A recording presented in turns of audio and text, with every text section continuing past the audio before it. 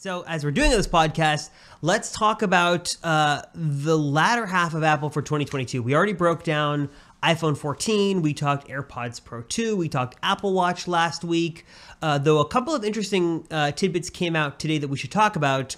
But the main stuff is going to be about the second event. According to Mark Gurman, good old Mark Gurman at Bloomberg, Apple might hold two events, as we sort of speculated before, a September event, which is for iPhone, Apple Watch, and hopefully AirPods, and then an October event for iPads and Macs. So before we get into that, which we'll spend the chunk of the show on that, a couple interesting tidbits on iPhone 14. So some sketchy, not so sketchy rumors came out that suggested that maybe we'd see a purple color for the iPhone 14 Pro. Take it or leave it on that. I spent the money on like the baby blue one or whatever. Is it Pacific Blue, whatever they called it? Sierra Blue. And I kind of regret it. Like I wasn't impressed. I kind of liked the idea of like having the one for B-roll that like you knew was different. But the more I use it, I'm like, I don't really like this color. The green obviously looks nice. That they just did a mid-cycle release on that. So that wasn't a launch date color. But purple would be interesting. Not sure if I'd pick that up. And then also some more sort of controversial news this morning was about the pricing. So I think what Ming-Chi Kuo is saying, Apple analyst Ming-Chi Kuo, is that pricing will go up about 10 to 15% depending on the model. And I think, correct me if I'm wrong, we're looking at like a $100 bump. So $1099 for the 14 Pro and then $1199. No, am I saying that right? Yeah, $1199 for the 14 Pro Max. Though I did see a little note, I'm not sure if this is true or not, that Apple could bump the storage size of the base model to sort of justify that, which I think is good to see. But $100 more for your Pro and iPhone. How are you feeling about that? I mean, isn't that just the world we live in today? Like, I'm not surprised in any way, shape, or form. I will say, though, Samsung just revealed their Fold and Flip, their next versions, and they didn't raise the price on those, surprisingly. So I guess it's possible to release a new phone and not have to raise the price. But Apple being Apple, it's not surprising to me that they're going to be raising the prices. Is it fun? No, but I guess my worry is, well, I guess that's kind of how inflation works, is it very rarely goes down. You don't really get deflation. So I was going to say, like, once they raise the price, then that's just going to be the price going forward. But I guess that's kind of how it always works. I was thinking about this the other day, like, we kind of forget, but when the first iPhone came out, the very first iPhone, it was so expensive, but I believe it was only like $700.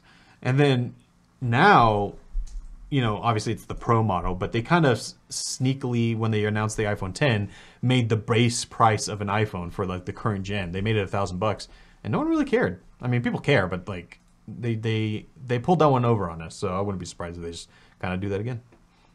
I'm trying to see what the price was for the original iPhone. Of course, our lovely Mac tracker app. I don't see the price in here, but I think it was something. It was like $400 or $500, $600.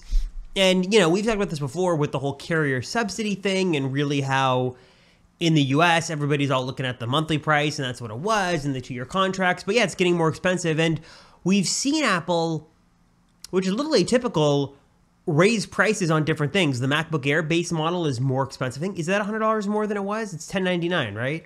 Or $1199. So it's gone up in price. The iPhone SE went up $29. Usually Apple has been known for giving you more features at the same price. They don't raise prices all that often. Usually they keep it in line and they just give you more stuff, and that's sort of how Apple works.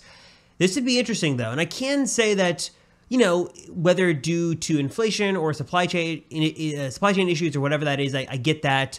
Also, I mean, not to say this is a good thing, but Apple hasn't raised the prices on the iPhones in quite a while, at least the Pros. They've been $999 since the 10, right? So it's been a number of years. So as things adjust, is the 14 going to be worth the $1,100 extra $100 now for a Pro? I don't know about that, though double the storage would be nice to see in the base model. But interesting. I feel like for most people, if you're already spending the money for the Pro, you're probably still going to buy it, especially once the carriers have their incentives and their deals in there. What's this going to work out to, like an extra $2 a month? Not to say that it's great that Apple's raising prices, but the way they're going to spin this is going to be a perfect spin, because they're just going to say, oh, you know, it's $10.99 or $34.99 a month or whatever the math works. Honestly, out. I wouldn't definitely. Yeah, I wouldn't even be surprised if they're not even going to make any allusions to it or anything like that. They'll probably just say these are the prices. That's what it is. They're not even going to try to justify it or anything. It's just those are the prices of the new iPhone. Hey, you made it to the end of this Apple Circle podcast clip, but there is a full episode. So if you want to listen to that, click the video over here. You can watch the entire thing.